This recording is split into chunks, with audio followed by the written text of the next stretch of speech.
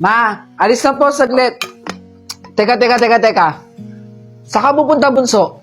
Kuya, baka nakakalimutan mo. Damit ko yung suot mo. Pairam lang po saglit. Hindi ko naman po aangkinin eh. Nagpaalam ka ba? Hindi. Kasi alam kong magagalit ka eh. Yun naman pala eh. Hindi ka nagpaalam. Ano yung na-expect mo sa akin, matutuwa? Pero, saglit lang talaga kuya, may bibilin lang ako sa labas. Last na yun ha. Last mo nang pwedeng suotin ng mga damit ko. Bumili ka ng sarili mo. Sige kuya, ibabalik ko rin naman po ito eh. Di pa nagpaalam. Ma, tignan mo tong sapatos na binili ko. Oh, mabuti naman at dumating ka na. Kuya, doon bunso. May hugasan doon. Pwede pakihugas muna saglit? Aalis kasi si kuya eh. Asa ba si mama? Si mama umalis ng saglit. May pinuntahan. Kaya kung pwede lang, nakikiusap ako, hugasan mo muna yung plato doon. O sige.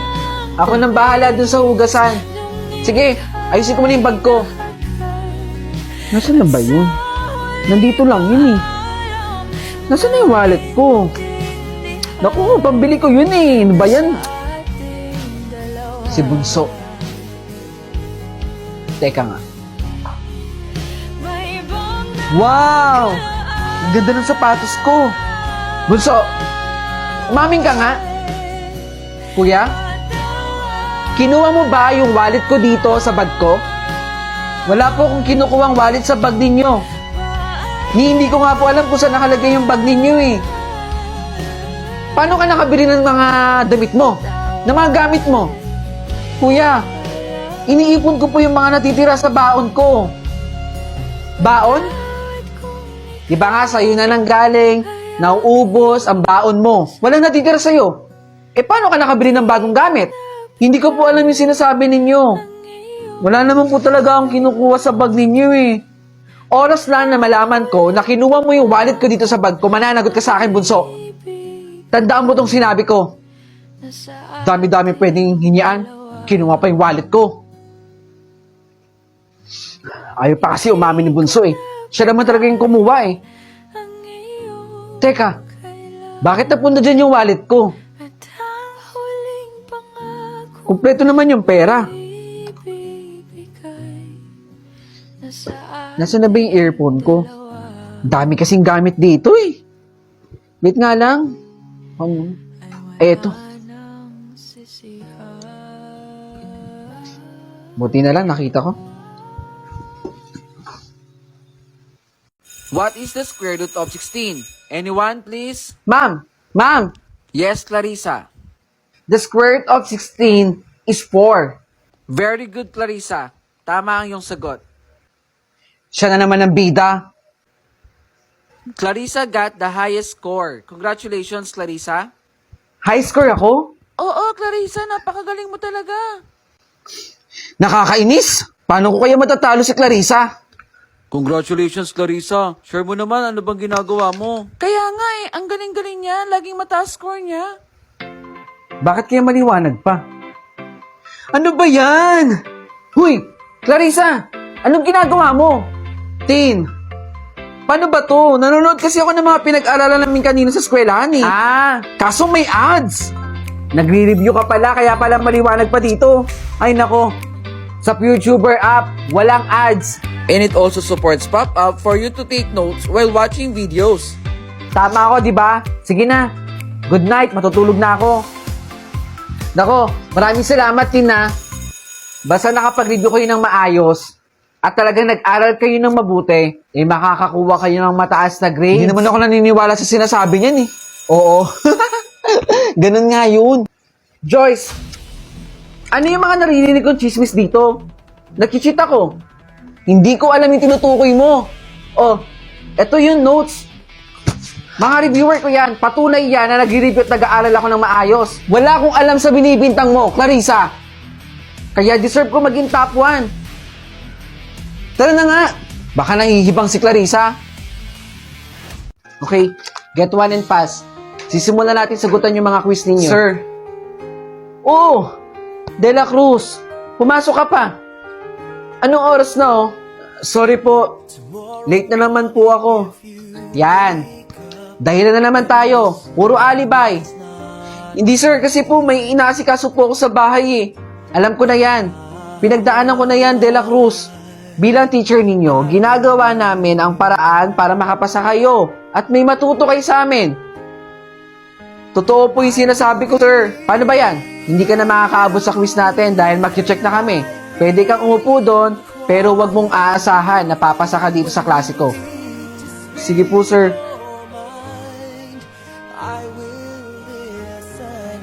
Cortez, Present po!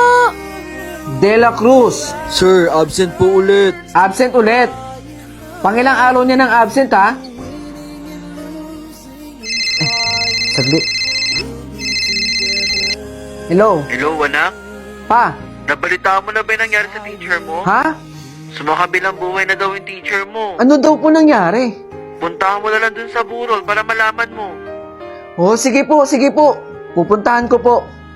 Grabe no, napakaagang ko niya ni Ma'am Marieta. Kaya nga eh, napakabait pa naman yan. Sige po, upo muna po kayo dyan, ha? Kayo, sir. Kape po? Sige po, pagtitiplahan ko po kayo. De La Cruz? Sir? Anong ginagawa mo dito? Anak po ako ni Ma'am Marieta. Ha? Opo, sir. Sorry po, sir, kasi ito po yung inaasikaso ko. Kung bakit po lagi akong absent ng 2 araw na po. Oo, isa na lang oh. Mapupuno na, aalis na rin. Iyo, ikaw ba ay nag-aaral o hindi? Ay, magandang umaga po, Ma'am Marieta. Alam ko na. Gusto mo ba talaga mag-aral? Opo naman. Gusto ko pong mag-aral. Pangarap ko po yun. Nakakatuwa naman. Kaso po, hindi sapat yung kinikita ko po dito. Ay nako, huwag ka na mag-alala. Tutulungan kitang mag-aral. Talaga po? Sigurado po ba talaga kayo, Ma'am Marieta? Bibigyan kita ng baon para makapagtapos ka lang. Maraming salamat po. Basta, pag ikaw naman, yung may magandang trabaho, huwag mo rin kalilimutan tumulong, ha? O paano ba yan? Magkita tayo bukas sa eskwelahan.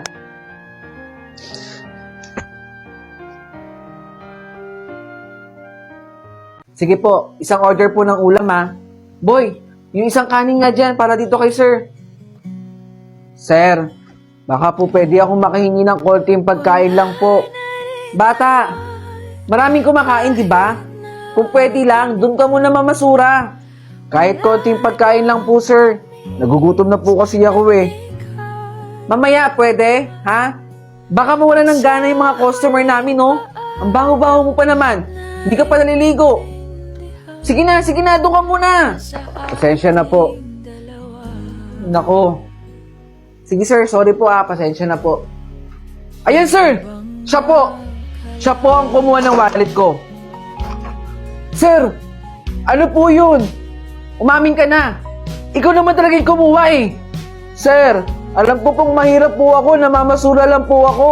Pero hindi ko po kaya magnakaw. Huwag ka na magmaang-maangan. Magnanakaw ka. Saan ka ba kukuha ng pera? Eh di magnanakaw ka. Hindi po ako yun, sir. Sir, tinakbuhan na po tayo. Ang dami nating customer kanina. Nakakapagod.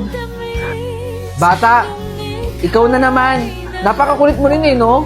Oh, bakit naman hingal na hingal ka? Eh, sir, pinagbibintangan po ako dun eh. Hindi naman po ako yung kumuha nung gamit na nawawala sa kanila eh. Eh, baka naman ikaw talaga ang kumuha. Ayaw mo lang umamin. Hindi po talaga, sir. Hindi ko po kayang magnakaw. Bakit nakatingin ka sa kanila? Gusto mo rin ba mag-aral gaya nila? Opo, sir. Pangarap ko din po makapagtapos ng pag-aaral. Mahirap lang po kasi ako ngayon kaya hindi po ako nakapag-aral eh. Saglit, meron akong bibigay sa'yo Oh, kumain ka muna para magkalaman yung tiyan mo. Salamat dito, sir. Kanina pa po ako nagugutom eh. Wala po kasi ako makain. Salamat po talaga. Mamaya bumalik ka rito. Meron akong ibibigay sa'yo. Salamat po ulit, sir.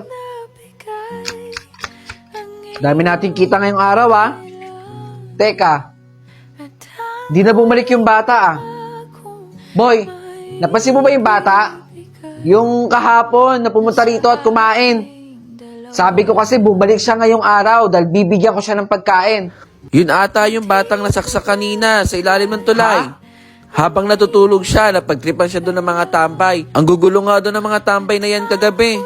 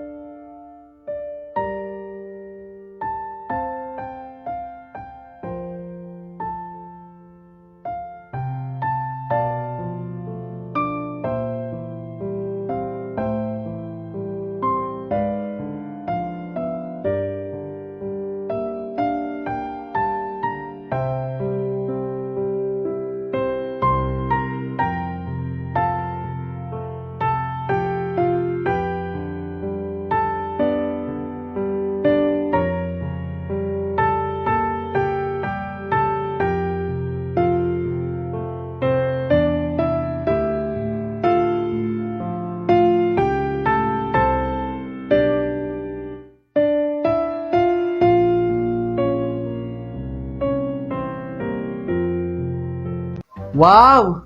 Ang ganda naman ng bahay ni Ali. Uy, Karen! Ali! Nandiyan ka na pala. Halika, pasok ka dito sa bahay. Good afternoon po, tita. Tara na. Sige, sige. Ito, mukhang okay naman to. Hoy, Karen. Kumain ka muna, oh. Kanina pa tayo nagbi-meeting. Naku, Ali. Busog pa ako. Mamaya na lang. Sigurado ka? Oo, sige. Isang aya mo pa, Ali, papayag na ako. Isa pa. Busog ka pa pala eh. Mamaya na lang. Ali! Ito naman, di ka mabiro eh, no? Kala ko pa busog ka pa. Siyempre joke lang yun. Kanina pa ako nagugutom. Oh, akin na. Kunwari ka pa eh. Kainin mo na. Ito naman, si Ali, hindi mabiro eh.